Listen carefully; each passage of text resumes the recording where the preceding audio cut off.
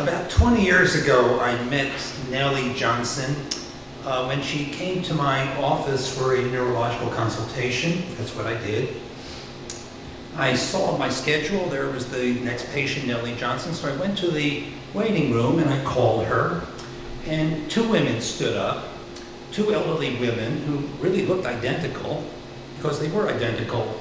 They were twin sisters, Nellie and her sister Alice. So I introduced myself and I brought them back into the office. 20 years later, I'm thinking about that encounter and thinking how quaint that was, how archaic that was. No doctor today would do that. You don't walk into the waiting room and call a patient and bring the patient back to your office and take a detailed history. That's not how it works. Now you walk into the doctor's office, and the first thing you do is go to the receptionist's desk. She gives you a 6-page questionnaire in which you list every illness you ever had, every drug you ever took, every symptom that you think you have or you don't have. And there are forms, insurance forms, next of kin to be notified forms, HIPAA forms. So you sit down, spend a good half an hour filling out all these forms, but you still have time. So you read a magazine, you finish it, you read another magazine.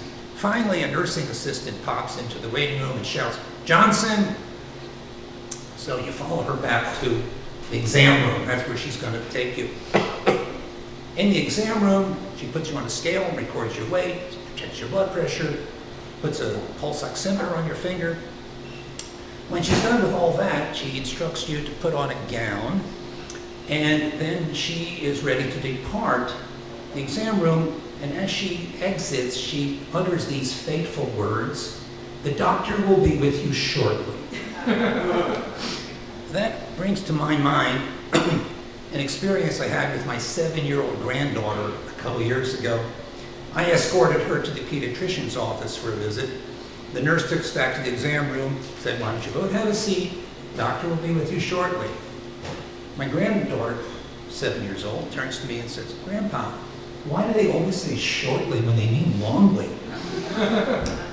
Well, eventually, the doctor will come into the office. He'll be pushing a rolling cart with a computer on it. He'll ask you a few questions, but his eyes will remain fixed on the computer screen. And then he'll examine you, poke you here and there, listen to your heartbeat.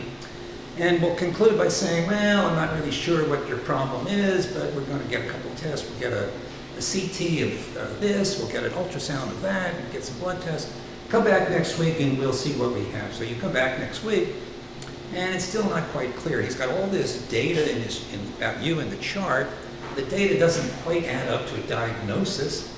He's not sure. It reminds me of a classic New Yorker cartoon some of you may have seen. The cartoon depicts a patient sitting on an exam table, and the doctor is standing in front of the patient facing him with the chart in the doctor's hand. The doctor looks down at the chart, looks at all this data, and he says, "Oh, I see you're 68 years old. I'd like to get that down a bit."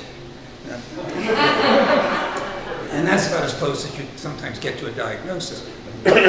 Diagnosis is you're 68 years old. Well, back to Nellie. Nellie Johnson. She and her sister were born in Iowa, came to the District of Columbia during the Second World War to take jobs at the Navy Department, as did thousands and thousands of other young women. They stayed after the war, neither married, and they shared an apartment. They were now 81 years old. But Nellie is beginning to have problems. Nellie, pardon me, has headaches, often in the morning. Her sister says she's been very forgetful and she's taking naps in the afternoon. She's very tired. So I say, "Okay, Nellie, let's go back to the exam room.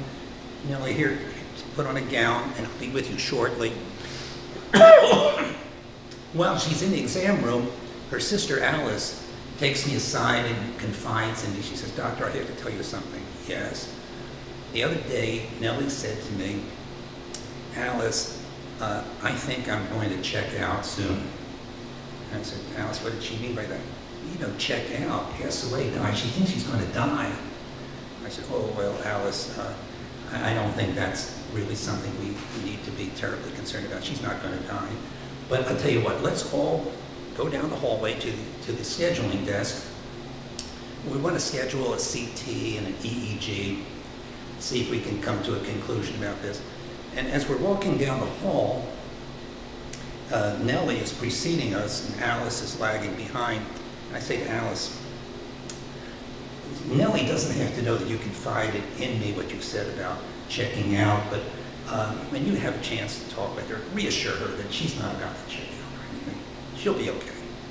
So we go down to the scheduling desk, which is staffed then by Becky. Becky just graduated from the University of Maryland and is temping for the summer.